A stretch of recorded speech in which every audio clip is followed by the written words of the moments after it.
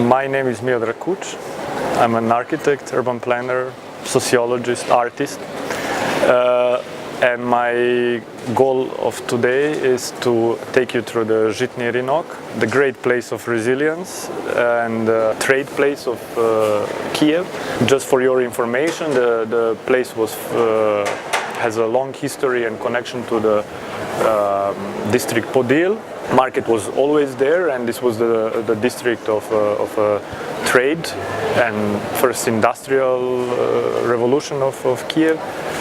And in the 80s, the Soviet authorities decided to build a proper building for a market, including parking, storage, laboratories, some kind of imposing the system of control of sanitation and also the sellers, aiming for a quality of the products. Until nowadays, Zhitny Rynok is popular and famous place for a quality of its products and for trust. What is interesting for our tour is this also has many levels of resilience, because usually resilience is considered in a contemporary urbanism as an answer to either ecological threats or climate change or even terrorism, but here the resilience is more social cultural. People are trying to resist the way how the trade is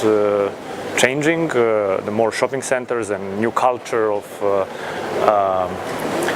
ordering food through your new app is coming slowly to Kiev, but here the personal contact is the most important and highly valued.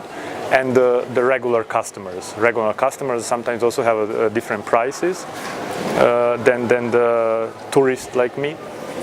And there is also, if you look more in the details, you'll find also ethnographical businesses like Armenian and Georgian community selling the.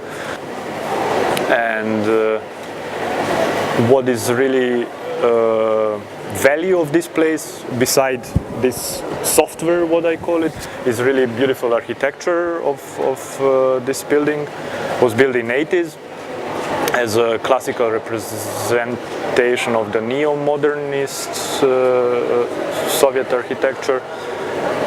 It has, as you see, no columns in the middle. It's quite transparent, natural light, no artificial light is needed. Of course, the building needs a bit of update and cleaning of the visual pollution that in the meantime become the disease of all Eastern European capitals, unfortunately. But the core of the market is still there, So it's a great moment to think about updating it on many levels, not just cleaning the facade and improving the sanitation, but also on the level of identity, I would say, so that people get proud of its own market. And interesting architectural elements can be found everywhere, as for example the architecture of the roof, mosaics that shows the different parts of Ukraine, ports, and there are also per se some art pieces. There is a quite good climatic situation, so it's not hot, it's not cold. Ventilation also, so these are all natural, without any special machines that blowing air inside or outside. What is definitely becomes sort of cancer of the building is this kind of kioskization and informal trade that, of course, has its own reasons and roots in a very complicated transition of Ukrainian society in the last 20 years. But definitely there is enough space, especially on the second and third floor, to rethink how this visually could work together and how the products. And there's a lot of, as every market, there's a lot of interesting stories.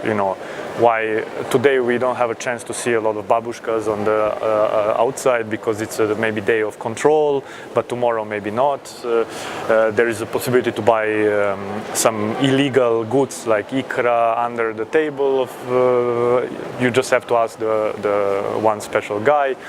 There is a lot of trust relations. If somebody is ill, somebody can replace it. So there is a lot of things that are not written in the contemporary rules and regulations of the shopping industry. So this is something that is cultural value of this place.